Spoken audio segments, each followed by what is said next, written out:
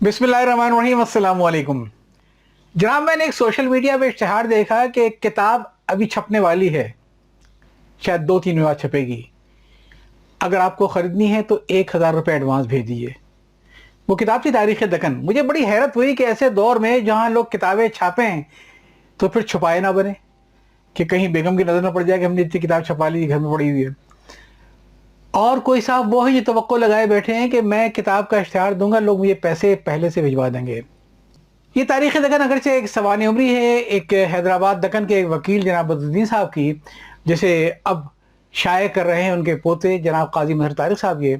लेकिन ये सवान उमरी के होने के साथ साथ एक तारीख़ी दस्तावेज़ भी है। क्यों? इसलिए कि इसमें बदरुद्दीन साहब ने अपने बुज़ुर्गों से जो आंखों देखी हाल सुना था तहरीक आज़ादी हिंद का, वो भी इसमें कवर किया है। ये तारीख में कहीं नहीं लिखा हुआ है जो इस किताब में है कि निज़ाम दक्कन ने किस तरीके से पूरे हैदराबाद से खुफिया तौर पे फौजें जमा करके दहली भेजी कि बहादुर शाह जफर के जो है उसकी हिमायत में। इसके ऊपर तो फिर आपसे कभी तफसीली नशिस्त अलग से होगी, क्योंकि जितनी तारीख मैंने पढ़ी है तो उसमें तो निज़ाम हैदराबाद ने खुल के अंग्रेजों का साथ दिया था और मराठों के साथ मिलके, और टीपू सुल्तान के उसमें। तो मैं अभी बता रहा हूँ, लेकिन आप तो कह रहे हैं कि बहादुर शाह जफर की हिमायत में। हाँ, यही तो मैं बता रहा हूँ आपको कि तारीख में कहीं नहीं है। अच्छा, ये चौथे निजाम ने उनको फिर शहीद किया अंग्रेजों ने। फिर अपने पिट्ठू बिठाए। अच्छा, वो पिट्ठू ने फिर। अब मैं समझ गया कि जो तारीख का जो तसलसल है उसमें हैदराबाद दक्कन में ऐसे भी निजाम मौजूद थे जो आम तारीख के बरस जो अंग्रेजों के खिलाफ थे। मैं किसी सूरत से तलाश करके काजी मजहर तारिक साहब के पास पहुंच गया। मैं गया और मेरी मुलाकात हुई तो मुझे बहुत ही खुशगवार हैरत हुई। काजी मजहर तारिक साहब एक बहुत ही सीनियर सिटीजन है, 75 साल से ज़्यादा उनकी उम्र है। ये किताब वो अपने हाथ से टाइप और कंपोज करके प्रिंट करवा रहे हैं, और इससे पहले उनकी 4 किताबें मजीद आ चुकी हैं जो ज़्यादातर उर्दू में बच्चों के साइंस फिक्शन के ऊपर हैं।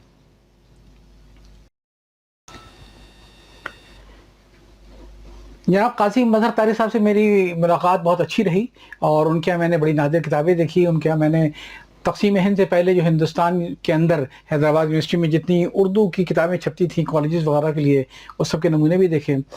चुनांचे मैंने इनके यहाँ न सिर्फ ये कि 1000 साल पुराने वो कलमी नुस्खे भी देखे जो अरबी ज़बान में थे, जो शरअ के किसी बारे में थे, बल्कि साथ ही साथ मैंने वहाँ पर एक फ़ारसी ज़बान के अंदर लिखी हुई एक बहुत उम्दा किताब देखी जो तारिक साहब के बुज़ुर्गों ने, यानी जनाब अफजलुद्दीन साहब ने शाये की थी सिर्फ घोड़ों के ऊपर। घोड़ों की किस्में क्या हैं, घोड़ों की बीमारियाँ क्या हैं, घोड़े की आदतें क्या हैं। और उस किताब की ख़ास बात यह है कि बहुत खूबसूरत किताब है और बहुत ही नफीस उसमें मुसव्वरी की हुई। लेकिन ये किताबत और ये मुसव्वरी सब अफजल साहब ने अपने हाथों से की थी।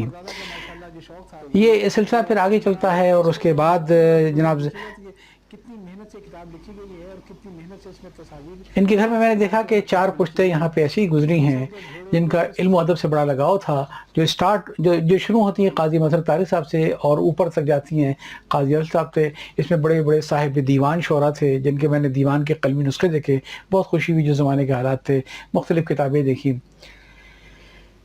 और इन कलमी नुस्खों के साथ साथ जो मुझे बड़ी खुशगवार हैरत हुई वो इस बात पर कि वो जो 4 पुश्तों का सफ़र था उर्दू अदब का, 5वीं पुश्त पे आके ख़त्म हो गया। यानी मजहर तारिक साहब खुद और उनके वालिद, उनके दादा, उनके परदादा, ये सारे उर्दू के बड़े शायख थे, उर्दू के बड़े लिखने वाले थे। लेकिन मजहर साहब की बेटी तंजीला के हसन, उन्होंने अंग्रेज़ी ज़बान को अपना मैदान बनाया। वो अंग्रेज़ी में बहुत अच्छी किताबें लिखती हैं, बच्चों के लिए भी, बड़ों के लिए भी। उनके ट्रेवलॉग भी हैं, उनके नावल भी हैं, बेशुमार किताबें हैं। और उन्होंने एक इदारा भी बनाया है अपना अंग्रेज़ी किताबों की इशाअत के लिए, खुसूसन बच्चों के लिए, जिसमें मुख्तलिफ़ किस्म के प्लानर हैं, दुआएँ हैं, हर चीज़ शाया करती हैं। अब कहाँ 4 पुश्तों से उर्दू और कहाँ 5वीं पुश्त में आके अंग्रेज़ी, ये कुछ अजीब सा लगा मुझे।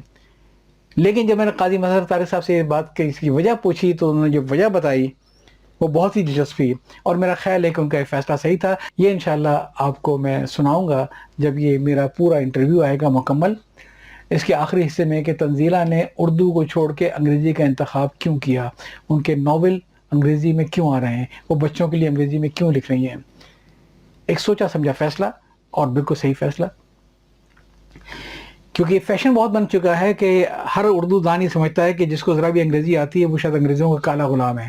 لوگ بالکل اردو کو اتنا دین ایمان کا مسئلہ بنا لیا ہے کہ اگر کوئی آدمی انگریزی میں اگر کرنا بھی چاہے تو اس کو سمجھتے ہیں کہ وہ شاید دائرہ اسلام سے خارج ہو گیا. انتظار کیجئے قاضی مظہر طارق صاحب کے تفصیلی انٹرویو کا, بہت جلد آ رہا ہے ذکر کتاب کے یوٹیوب چینل پہ. اجازت چاہتا ہوں, اللہ حافظ.